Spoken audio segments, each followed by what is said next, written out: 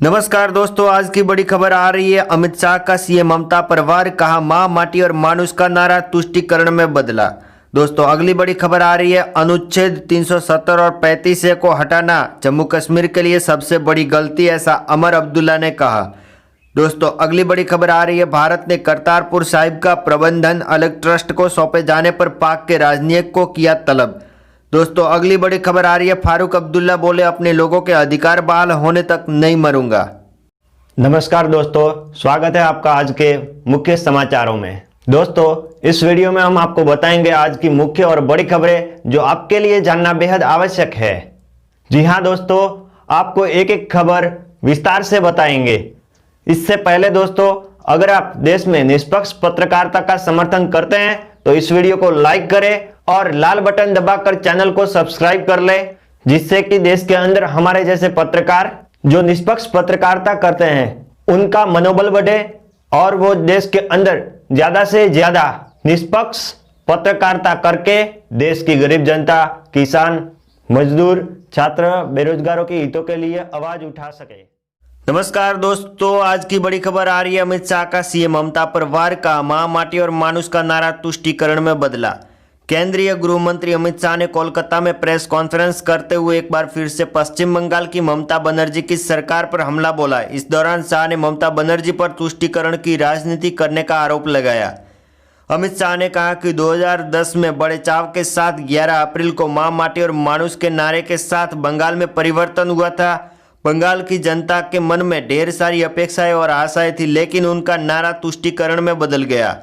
शाह ने कहा, मैं बंगाल की जनता को आश्वस्त करने आया हूं कि आपने कांग्रेस को भी एक मौका दिया, कम्युनिटी को भी बार बार मौके दिए और 2 मौके ममता जी को दिए। एक मौका मोदी जी के नेतृत्व में भाजपा को दे दीजिए। हम 5 वर्ष के भीतर सोनार बंगला बनाने का वादा करते हैं।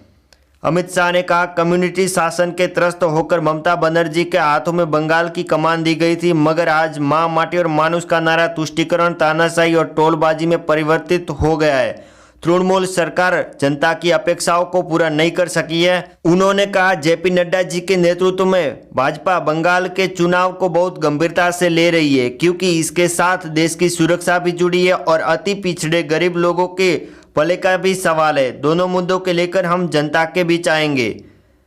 उन्होंने आगे कहा, मैं निश्चित रूप से कहता हूं कि चुनाव में बंगाल में हम 200 से ज्यादा सीटों के साथ भाजपा की सरकार बनाने जा रहे हैं। हमारा लक्ष्य स्पष्ट है कि बंगाल का विकास हो, देश की सीमाएं सुरक्षित हो, बंगाल के अंदर घुसपैठ रुके। टीएमसी और दीदी का एकमात्र लक्ष्य है कि अगले टर्म में भतीजे को मुख्यमंत्री बना देना है। अब बंगाल की जनता को तय करना है कि परिवारवाद चाहिए या विकासवाद चाहिए। बता दें कि अमित शाह बंगाल के 2 दिवसीय दौरे पर थे, जो शनिवार को समाप्त हो गया। इस दौरे के दौरान भाजपा के 4 विभागों के कार्यकर्ता और समाज के अन्य कार्यकर्ताओं से उन्होंने मुलाकात की। करीब 180 से ज्यादा संस्थाओं के प्रतिनिधियों से भी उन्होंने संवाद किया। दोस्तों अगली बड़ी खबर आ रही है। अनुच्छेद 370 और 35 को हटाना जम्मू कश्मीर के लिए सबसे बड़ी गलती, अमर अब्दुल्ला का कहना। अनुच्छेद 370 की बहाली को लेकर नेशनल कॉन्फ्रेंस के नेता लगातार बयानबाजी कर रहे हैं। जम्मू कश्मीर के पूर्व मुख्यमंत्री और नेशनल कॉन्फ्रेंस पार्टी के नेता उमर अब्दुल्ला ने कहा कि अनुच्छेद 317 और 35A को हटाना जम्मू कश्मीर के लिए सबसे बड़ी गलती है। उन्होंने कहा, अनुच्छेद 370 हटने से जो लोग भारतीय प्रशासन से विचलित थे उन्हें पूरी तरह से देश के बाकी हिस्सों में आत्मसात कर लिया जाएगा, लेकिन मैं विश्वास के साथ कहना चाहूँगा कि इसके द्वारा ये लोग पहले से भी अधिक अलग थलग हो गए हैं। इस दौरान उन्होंने केंद्र सरकार पर निशाना साधते हुए कहा कि विकास कार्य कहाँ है। 1 साल 3 महीने इस तरह की परियोजनाओं पर शुरू होने के लिए काफ़ी लंबा समय है। हम हमेशा कहेंगे कि अनुच्छेद 370 और 35A को गलत धारणा के तहत हटाया गया है। यह जम्मू कश्मीर के लिए सबसे बड़ी गलती है। हम अपनी भूमि पर सुरक्षित नहीं हैं। उमर अब्दुल्ला ने कहा कि 2012, 2013 और 2014 में बमुश्किल कुछ युवा थे जो हथियारों का सहारा ले रहे थे। 12-13 वर्षों की अवधि में आतंकवाद में शामिल होने वाले पुरुषों की संख्या अब इन कुछ महीनों में शामिल होने के करीब है। बता दें कि गुपकर गठबंधन घोषणा पत्र PAID-GD की शनिवार को होने वाली बैठक के पहले शेर कश्मीर भवन में नेशनल कॉन्फ्रेंस में कार्यकर्ताओं को संबोधित करते हुए ऐसा कहा। दोस्तों आज की अगली बड़ी खबर आ रही है। भारत में करतारपुर साहिब का प्रबंधन अलग ट्रस्ट को सौंपे जाने पर पाक के राजनयिक को किया तलब।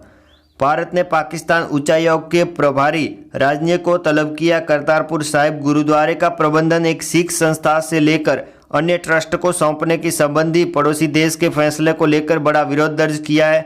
विदेश मंत्रालय ने प्रवक्ता अनुराग श्रीवास्तव ने कहा कि पाकिस्तानी मिशन के प्रभारी अफ्ताब हसन खान को स्पष्ट रूप से बताया गया है कि यह निर्णय सिख समुदाय की धार्मिक भावनाओं के खिलाफ है।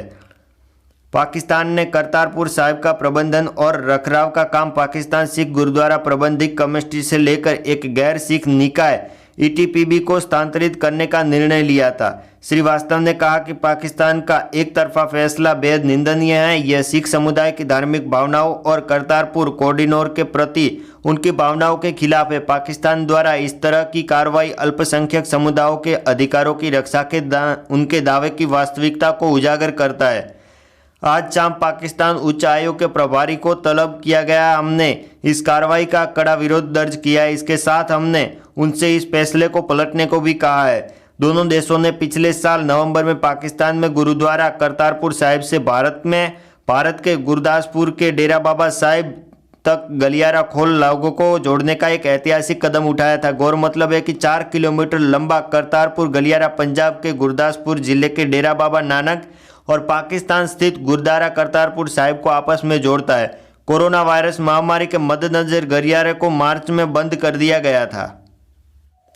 दोस्तों अगली बड़ी खबर आ रही है। फारूक अब्दुल्ला बोले अपने लोगों के अधिकार बहाल होने तक नहीं मरूंगा। जम्मू कश्मीर के पूर्व मुख्यमंत्री और नेशनल कॉन्फ्रेंस के अध्यक्ष फारूक अब्दुल्ला ने आज बड़ा बयान दिया है। उन्होंने कहा कि अगर जम्मू कश्मीर पाकिस्तान में जाना चाहता है तो वह 1947 में ही चला गया होता और उसे कोई रोक भी नहीं सकता था। गुपकर गठबंधन घोषणा पत्र की शनिवार को होने वाली बैठक से पहले शेरे कश्मीर भवन में नेशनल कॉन्फ्रेंस के कार्यकर्ताओं से अब्दुल्ला ने कहा कि अपने लोगों के अधिकार वापस लेने तक मैं नहीं मरूंगा। मैं यहाँ लोगों के काम करने के लिए हूँ और जिस दिन मेरा काम खत्म हो जाएगा मैं इस जहाँ से चला जाऊँगा। जम्मू में पार्टी के कार्यकर्ताओं को संबोधित करते हुए उन्होंने कहा कि अगर जम्मू कश्मीर पाकिस्तान जाना चाहता था तो उन्होंने 1947 में ऐसा किया, कोई भी उसे रोक नहीं सकता था। लेकिन हमारा राष्ट्र महात्मा गांधी का भारत है, बीजेपी का भारत नहीं।